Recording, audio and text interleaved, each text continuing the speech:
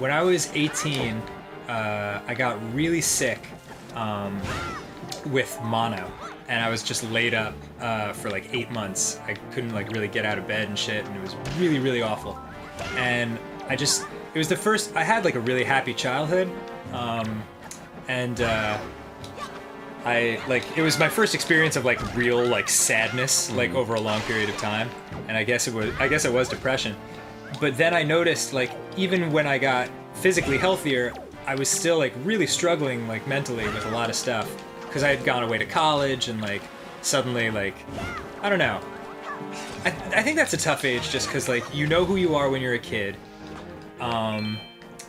but you're not a kid anymore, and you don't know how to be an adult yet. You don't know where you fit into the world. Yeah, and then you have these constant anxiety attacks about how like your kid life is over. Yeah, and what does that mean? All the stuff that you loved. Yeah. So yeah, I started noticing that like I was just like really sad all the time, and really like having a lot of trouble just getting out of bed in the morning, and like things were bothering me. And basically the short version of the story is I had obsessive-compulsive disorder, and it was undiagnosed, and I didn't really know what it was.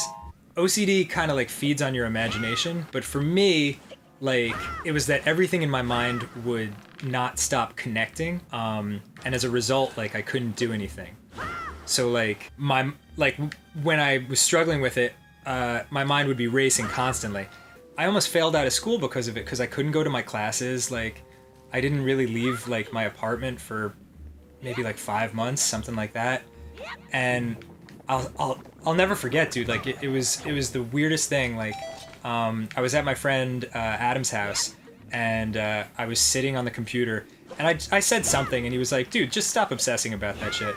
And it was just one of those weird like unconscious like things, and I just randomly typed in obsession into like Google search terms or whatever, and all these pages on obsessive compulsive disorder came up, and like I started reading about it, and I just like fucking immediately started crying, because like I was like, oh my god, I'm not fucking crazy. Like, I just have this thing.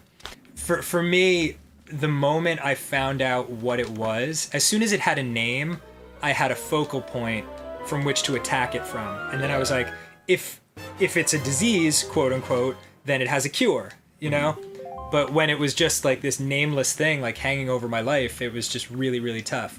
That's why I tell people, like, don't be scared to like go to therapy, and like don't think of it as like a sign of weakness to like ask for help if you're feeling sad, because like there's people out there who are like who want to help you and are qualified to help you. Yeah.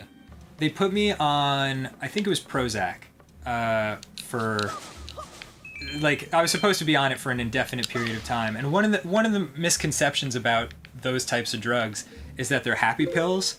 They're definitely not. They don't make you happy. They even things out like in your mind so you can think clearly and solve your own problems. You know, like you have to take the initiative and be like, no, I'm not gonna fucking live like this. Right. I think back to those times, which now seem so distant. You know, they were like over a decade ago. Yeah.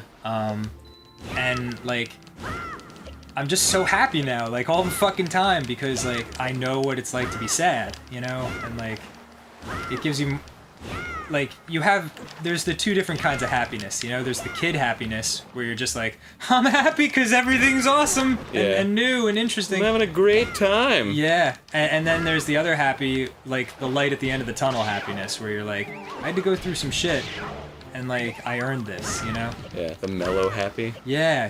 The at peace kind of feeling. Oh yeah, so like that's when I went to France, like as an exchange student.